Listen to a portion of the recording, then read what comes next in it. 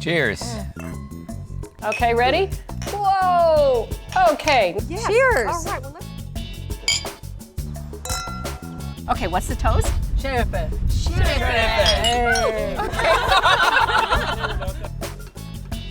Of all the phobias in this world, I don't think anybody's ever given a name to the fear of entertaining, but it's a very real fear. Many people have it. Well, don't worry, I've got you covered. My super simple recipes are going to make entertaining so easy. Like duck with gingered grape sauce for an impressive and easy entree. Kind of a weeknight meal dressed up for a dinner party. Or make cooking the entertainment. For food that's fun, you can't go wrong with my fabulously interactive Japanese beef fondue. Guests cook their meat and veggies themselves in a bubbling pot of broth, and you don't do a thing. Except maybe make a super easy but oh so elegant cucumber salad to go with it. Plus, no need to buy that broth. I'll show you the easiest way to make that broth at home. So we're having dinner at 8 and don't be late. And don't worry, I'll be there for you. That's next on Sara's Weeknight Meals.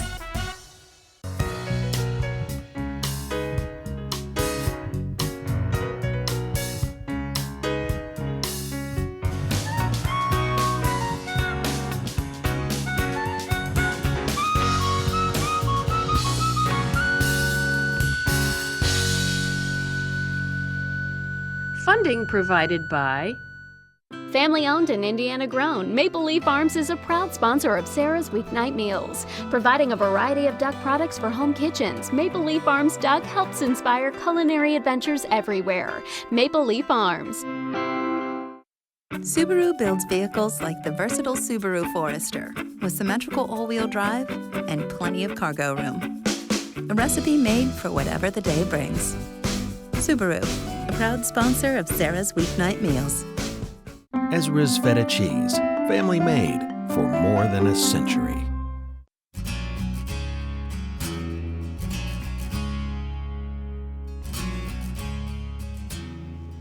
Duck breasts are as easy to cook as steak, and that's why I think you should have duck on your weekly lineup. And here I've got 2 duck breasts. So we're going to cook these with a gingered grape sauce, one of my favorite ways to cook them. I love duck and fruit because the fruit has nice acid and a little bit of sweetness, and it goes beautifully with duck. And I'm going to get them started in the pan and then talk to you about duck. First thing I'm going to do is, well, they've been pre-scored, and the reason we like to score the skin, you just take a knife like that, is because it helps to let the fat come out of the skin. So A, it gets crispy, and B, we end up with less fat in our end product. I'm going to pat these dry so they get nice and crispy. And these are Pekin duck breasts. There's many different kinds of duck, but my favorite is Pekin, also known as Long Island duck, because it's not gamey at all. It's very sweet tasting. So you want to season the skin side before you put it in the pan. We're going to put the duck skin side down. There we go, moderately low heat. And we're going to let it cook for about 8 to 10 minutes. So I'm going to go wash my hands.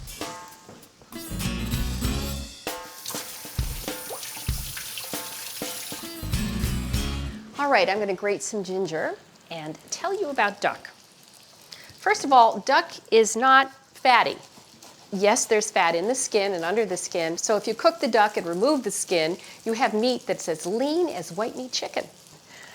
But I always recommend cooking the duck with the skin on first, just to protect the meat, and you can remove it later on. I wouldn't do that because it's so delicious.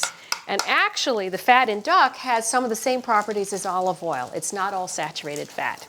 Duck does not have to be gamey, as I mentioned before. If you're cooking with Pekin ducks, as we are here, it's very mild and tasty and delicious. Nobody will say, oh, that's gamey. Duck takes no time at all to cook. Duck breasts, that is.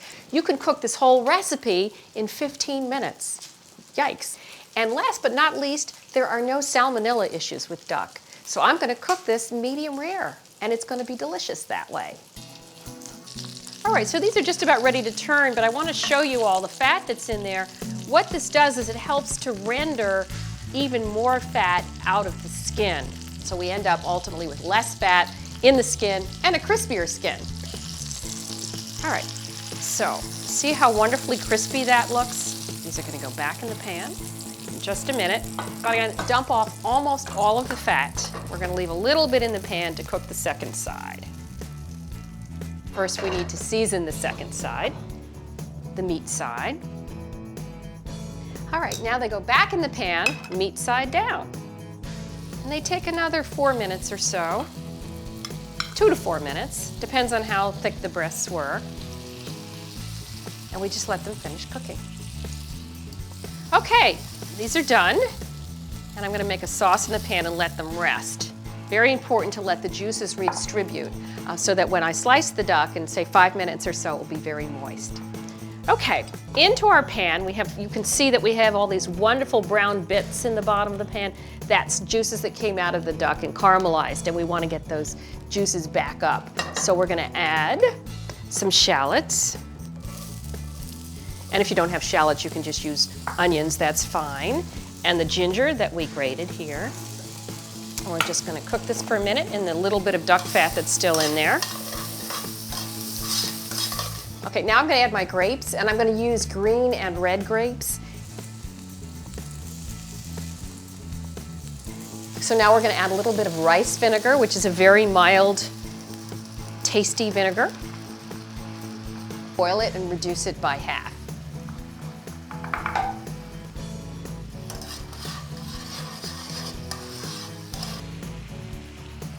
Okay, finally some chicken broth. We'll just let that cook down a little bit. We're going to finish this with some Dijon mustard. And we add it sort of towards the end, otherwise it gets a little bit bitter. And some currant jelly. Balances the vinegar in the recipe and also adds a little bit of body. Okay, I'm going to take a little taste of it. Delicious. One last thing though. Look at all these juices that came out of the duck. I'm going to add them to the sauce. This is going to give even more flavor to my sauce and also marry the duck to the sauce. Okay.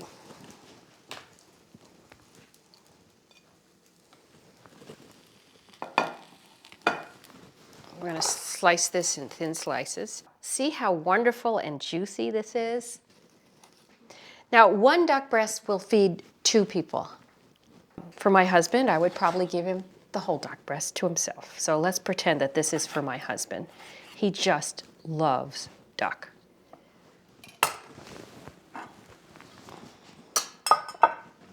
So I'm going to fan these attractively on the plate. Spoon some of the sauce over the top. You want to make sure that everybody gets a few grapes with their sauce. All right, so I'm going to serve this with some haricots verts, which are just baby green beans that we've just blanched and tossed in olive oil. They take no time at all. This is a really simple dinner. You can make this on a weeknight, and your family will be like, wow.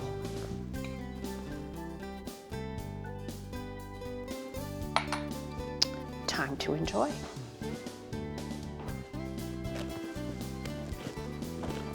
So there you have it, duck with gingered grape sauce. Pretty fancy for a weeknight, but hey, you don't have to tell them it only took you 30 minutes to make.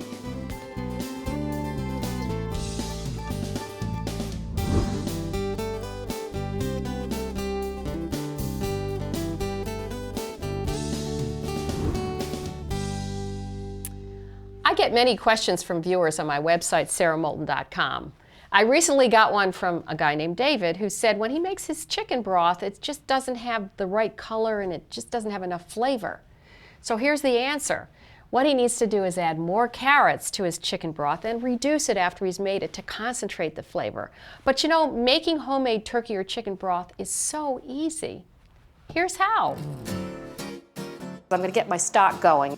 Usually in here, in the cavity here, you're going to find the neck. And then usually down here at the other end, by the wishbone, you find a package of giblets. Giblets have so much flavor. Don't throw them out. add them to the stock. You don't put a liver in the stock. I'm also going to add, I'm going to discuss about what else is in here in just a minute. I'm also going to add part of the wing, and it makes sense. You got all, it's like a gift from heaven. You got all these turkey parts, why not?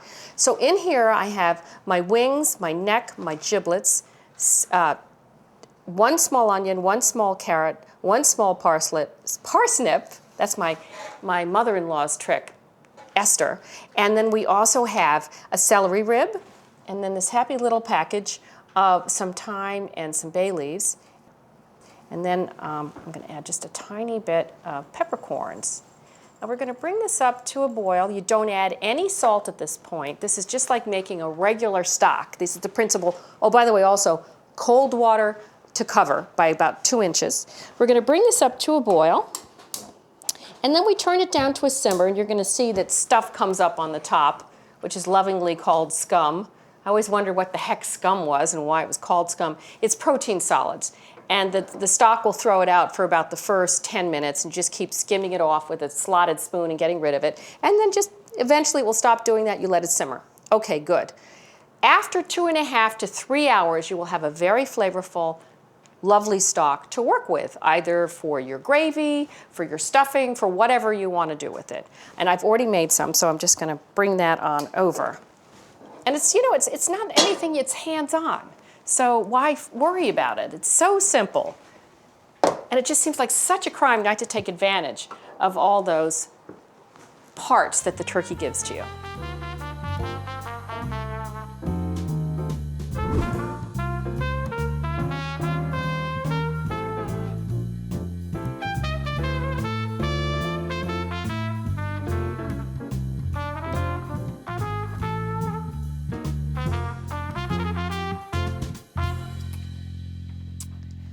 I am making a fancy dinner party tonight, and for my dinner party I'm making Japanese beef fondue.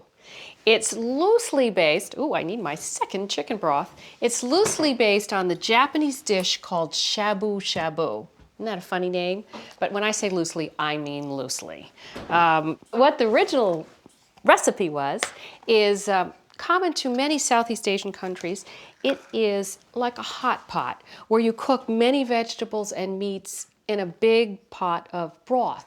And what's wonderful about it, I'm going to get my broth in here. This is chicken broth. I need about 7 cups. What's great about it is as you cook everything in there, the broth picks up the flavor from all the vegetables and the meat.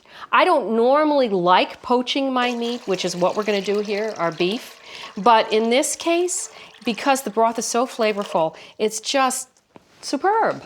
And it's got this really comforting taste and aroma. So there's my broth, and all the better if you have homemade beef broth or homemade chicken broth. I'm using chicken broth today.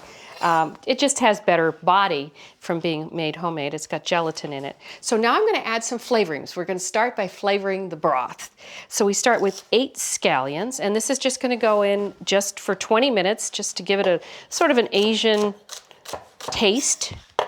And we're using all of the scallions. And we're starting everything in a cold broth because anytime you want to get more flavor out of something, you start it in a cold liquid and then bring it up. It's like the liquid sucks the flavor out of it. Okay. And then I'm just going to smash 4 garlic cloves and peel them, and they go in there. It really doesn't matter exactly how much, it's sort of what you're in the mood for. And then a 3-inch piece of ginger, and you don't need to peel it because we're just going to remove it anyway, as long as it's been washed, which is fine. Bring that up to a boil and then simmer it for 20 minutes. Now while that's simmering, I'm going to get all of my vegetables together. So we're going to start with some Napa cabbage. And I like Napa just because it's very refreshing. I'm just going to chop it a little bit. And you do this all ahead of time. So when your guests arrive, you're ready to go. And it's somewhat exotic and it's sort of fun. When I was growing up, we regularly had, okay, fondue means melted. It's a French word. And generally, you know, when you think of fondue, you think of cheese fondue, you know, melted cheese in a pan. I think I've got enough here. I'm going to set the rest of this aside. Melted cheese in a pan, but we used to make fondue in a fondue pot. Remember those? We're going to dust it off for tonight. And we did beef. But we didn't do beef in a broth. We did beef in boiling oil. Can you imagine? It was in the middle of the table, and we put in chunks of filet mignon, and then we would make 4 different sauces, like a béarnaise and a tomato sauce and a spicy olive sauce. And it was fantastic. But what's fun about it is everybody sort of gets to make their own little plate of food. Okay, there's our cabbage. Let me now do my carrots. We need 4 carrots, and you just very thinly slice them. I already did 2, I'm doing 2 more. Now you're gonna look at all these vegetables and say, wow, you got a lot of colors going on there. You know, when you read about what kind of things you should be eating, they always say, the best way to eat is to eat the colors of the rainbow, because each one of those colors provides some sort of nutrition. I just sliced some shiitakes. Shiitakes have such great depth of flavor. Any mushrooms would do in here, but I just picked shiitakes because they happen to be at the top of my list, but cremini are good. So cremini, white mushrooms, portobellos, and then here I have some blanched sugar snap peas. And the way you blanch them is you bring a big pot of water to a boil, you add some salt, you put these in for 30 seconds, and I'm such a nerd, I count 1 1,000, 2 1,000, 3 1,000, 4 1,000, 5, you know, and then I get them right out, put them in ice water and stop the cooking. These actually, I'm not gonna cook any further. These are not going in the broth right now. I'm gonna start my beautiful stripe. So let's put the peas in the middle. We're gonna put all of our vegetables as we blanch them on the platter. And I bet you my broth is done down there. I bet you it's simmered for 20 minutes, looks good.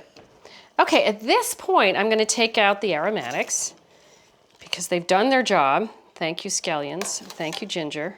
Thank you, all of you. And then I'm gonna slowly cook each of the well, not slowly, quickly cook. The Napa cabbage will only take a minute. Yeah, I'm gonna leave these scallions in here. Why not? Okay, I'm gonna turn it back up to a boil, high boil, because we wanna get these things done quickly. So in's gonna go, that wasn't proper English. I'm going to put the cabbage in. And this just wilts. Boom, and it's out.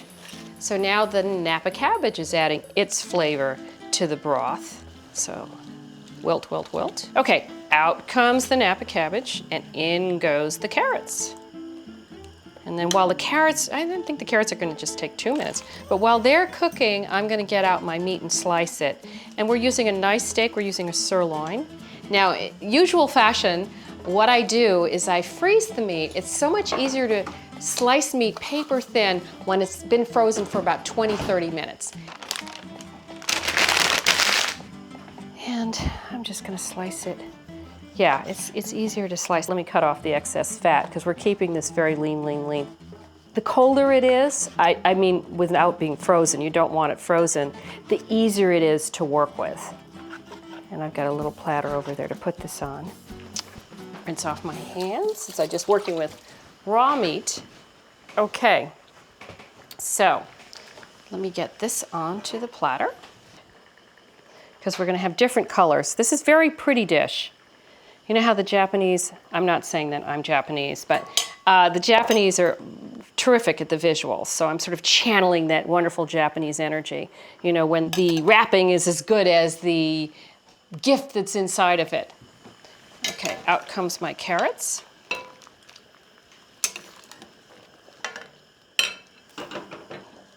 Can you see that the broth is changing color? Of course, when you put carrots in there, it gets a really nice orange color. In go my peppers, and that's gonna be a few minutes. Okay, so I'm gonna arrange my meat on the platter. My thinly sliced meat, just mound it up.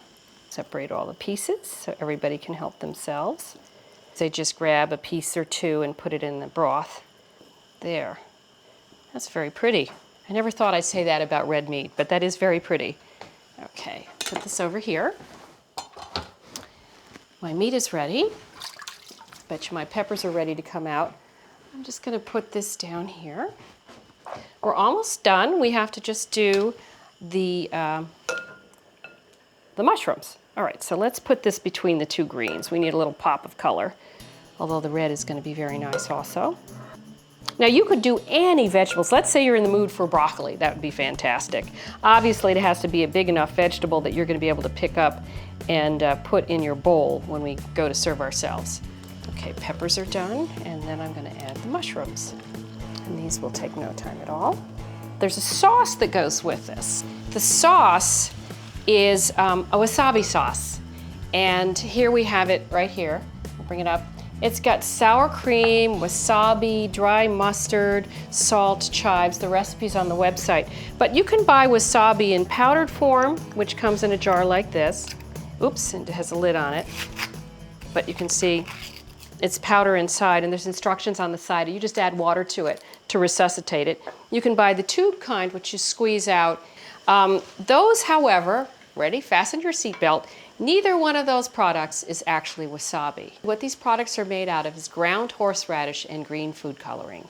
But you know what? I've never had fresh wasabi. I don't feel terrible. I love this powdered stuff or the stuff in the tube. So whatever you like, use. Okay, I'm just gonna make a cucumber salad.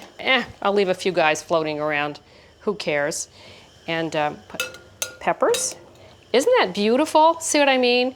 It's just, this is what I like about entertaining, is the vegetables are doing it for me. It's just clean cooking. Okay, speaking of clean cooking, the cucumber salad is very simple. We used an English cucumber, and we sliced it using this machine, a mandolin. If you're scared of a mandolin, you can use a mini mandolin. And the reason people are scared of it is because it's a washboard with a open blade on it. And make sure you put the guard on and just go like that. Or the last option is to use one of these vertical slicers. Just take the cucumber, lay it down, and go like that. So here we have our cucumbers, and I'm gonna make a dressing, very simple.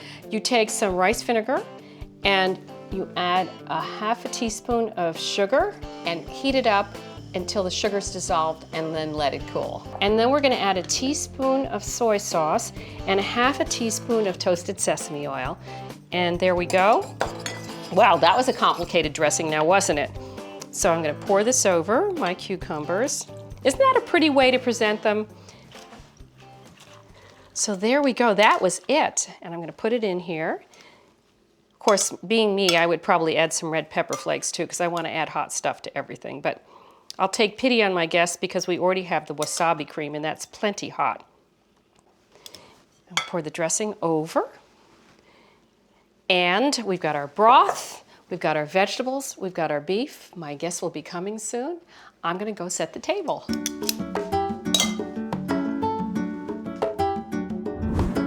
What a great time, Sara. Okay, thank you all for joining me on this adventure. We're having Japanese beef fondue. So here's how it goes. Vincent, will you put some meat in the pot? We're gonna cook the meat. And then, Doug, will you start pouring the sake? We're all in this together. This is an adventure together. Thank you. And we're gonna let that meat simmer for a few minutes in there.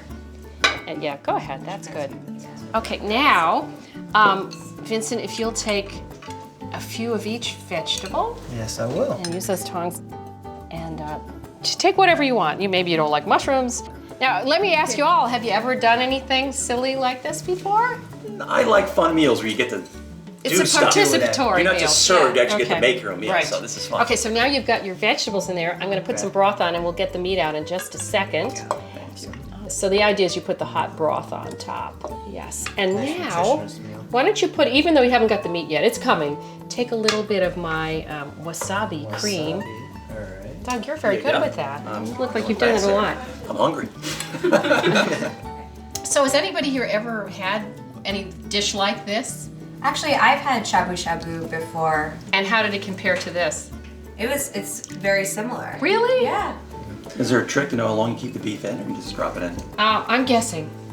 Okay, I like that. Yeah. That's the way I Okay, cook. let's see. Oh, it looks good. Yeah, it's a little bit pink. We want a little, oh my goodness. Medium rare. Yeah, this is exciting. And then we can certainly get down to the important stuff, which is to have a sip of sake. What do you think? I'm up for that. Yeah. Have you all had cheese fondue? Yes, it's very good. And chocolate. And chocolate. That's the best one on the planet. This is actually quite good, if I do say so myself. It's very delicious. The cream goes really well with Doesn't it? It does. That nice contrast. flavor. Yeah. I love meals like this when you have people that you don't know too well, they're new guests, Yes. This is what makes it fun. Yeah, it gets sort of breaks the ice. Of course, a few glasses of wine breaks the ice too. There we go. This is delicious. All right, ready? Shabu, shabu. Thank you all for joining me.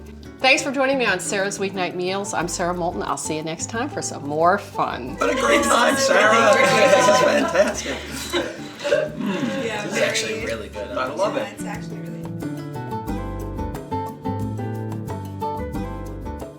Sarah's Weeknight Meals continues online. For recipes, helpful tips, messages, and lots more, visit us on the web at saramoulton.com/weeknight meals.